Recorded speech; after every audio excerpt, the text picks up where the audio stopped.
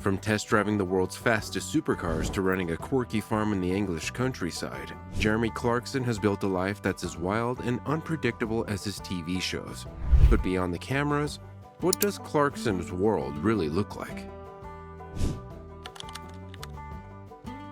Jeremy Clarkson's home isn't your typical celebrity mansion. In true Clarkson fashion, his house is as much about making a statement as it is about living in comfort. Nestled in the rolling countryside of Chadlington, Oxfordshire, Clarkson's estate, famously known as DIDDLY Squat Farm, is both a home and the star of his hit Amazon Prime series, Clarkson's Farm. Back in 2008, Clarkson bought this sprawling 1,000-acre property for a cool £4 million, but it wasn't until 2015 that he decided to completely tear down the original farmhouse. In classic Clarkson fashion, he didn't just demolish it, he blew it up on camera in one of the most iconic TV stunts from the Grand Tour.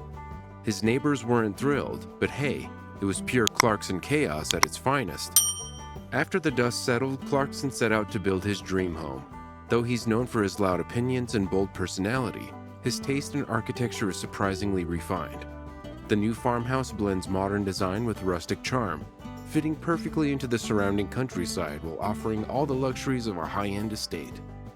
From the outside, Clarkson's farmhouse looks like a picture-perfect English countryside home. But step inside, and you'll find the personality of the Grand Tour host written all over it.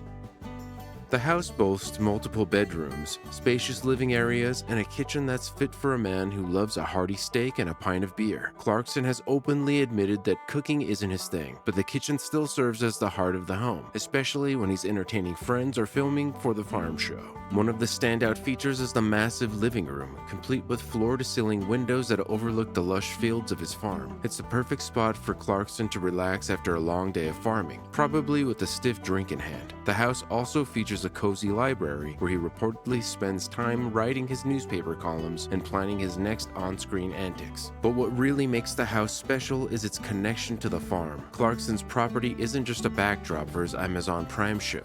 It's a fully functioning farm. DIDDLY Squat Farm Shop, which sits on the estate, has become a massive hit with fans.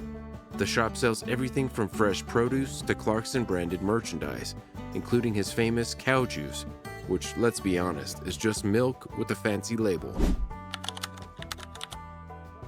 When Clarkson first took on the challenge of running his own farm, most people thought it would be a disaster, and in many ways it was. But that's exactly what made Clarkson's Farm such a hit. The show captured his struggles with farming, his hilarious missteps, and the quirky dynamics between him and the locals.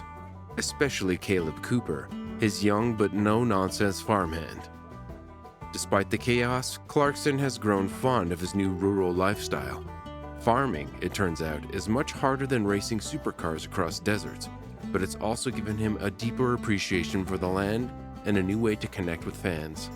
And while DIDDLY Squat Farm might not be the most profitable venture, hence the name DIDDLY Squat, it's become a passion project that's enriched his life in ways even he didn't expect. When it comes to cars, Jeremy Clarkson isn't just passionate, he's obsessed. Over the years, he's driven some of the world's fastest, rarest, and most expensive cars on Top Gear and the Grand Tour. But what about his personal collection? Well, Clarkson's garage is exactly what you'd expect from the man who once said, "Speed and power solve many things." It's filled with a wild mix of luxury, performance, and absolute madness. Clarkson's taste in cars is as bold as his personality. While some celebrities fill their garages with ultra-rare hypercars just for show, Clarkson focuses on cars that bring pure driving pleasure, whether that's a luxury cruiser, a supercar, or even a classic hot hatch. So, let's take a look at the rides that make up Clarkson's insane collection. You can't talk about Jeremy Clarkson's garage without starting with the supercars. He's owned some absolute beasts over the years, each with its own story and flair. One of the crown jewels in his collection is the Ford GT.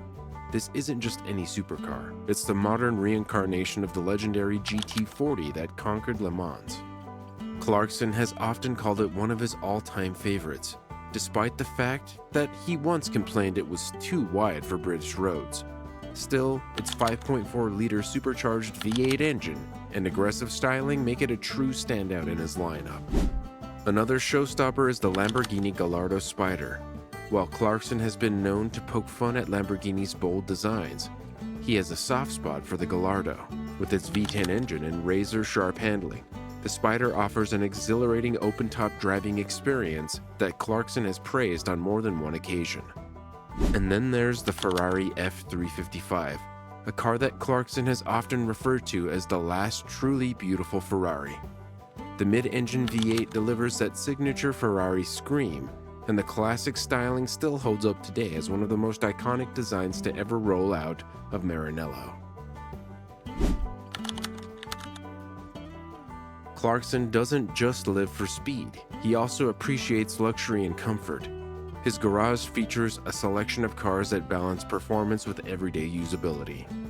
A perfect example is the Range Rover TD V8 Vogue SE. Clarkson has long been a fan of Range Rovers, calling them the best all-around cars in the world. The Vogue SE combines off-road capability with luxury interiors, making it ideal for everything from a farm run to a countryside escape. Another gem is this Mercedes-Benz 600 Grosser, a classic luxury sedan that was once favored by world leaders and celebrities alike. With its imposing design, smooth ride, and powerful V8 engine, the Grosser is a nod to the golden era of automotive luxury.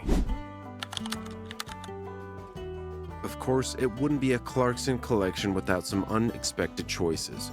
One of the most surprising additions is the Volkswagen Golf GTI. Yes, the same hot hatchback that millions of people drive daily. But Clarkson has always praised the Golf GTI for its perfect balance of fun and practicality, calling it one of the best everyday cars ever made.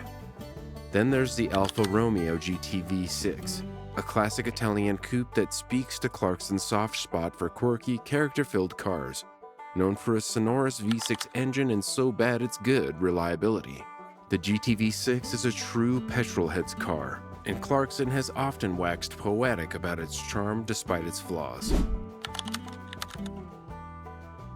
Every car enthusiast has that one that got away, and for Clarkson, it's the Ford Escort Cosworth. While he owned one in the past, he eventually sold it, a decision he's since regretted.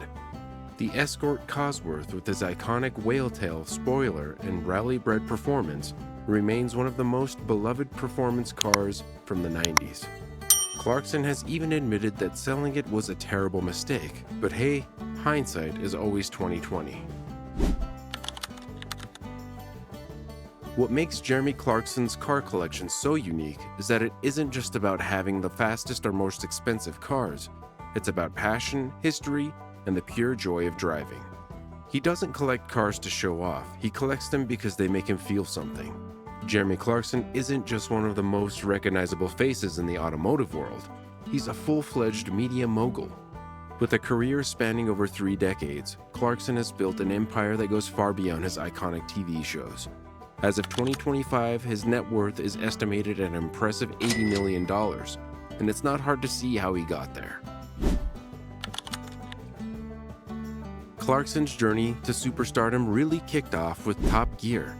Though the show originally aired in the late 70s, it was the 2002 reboot with Clarkson, Richard Hammond, and James May that catapulted it into the global fame. The chemistry between the trio, combined with outrageous car challenges and hilarious stunts, made Top Gear the most watched factual TV program in the world at its peak. During his time on Top Gear, Clarkson wasn't just the frontman, he was also a stakeholder in the show's production company, Better Six. This savvy move meant he earned money not only from hosting but also from the show's merchandising, DVD sales, and global syndication. In 2012, the BBC bought out Clarkson's shares in Better Six, reportedly paying him around $21 million, a massive payday that significantly boosted his net worth. By the end of his run on Top Gear in 2015, Clarkson was earning around $4 million per year just from hosting duties, with millions more coming from the show's ancillary revenue streams.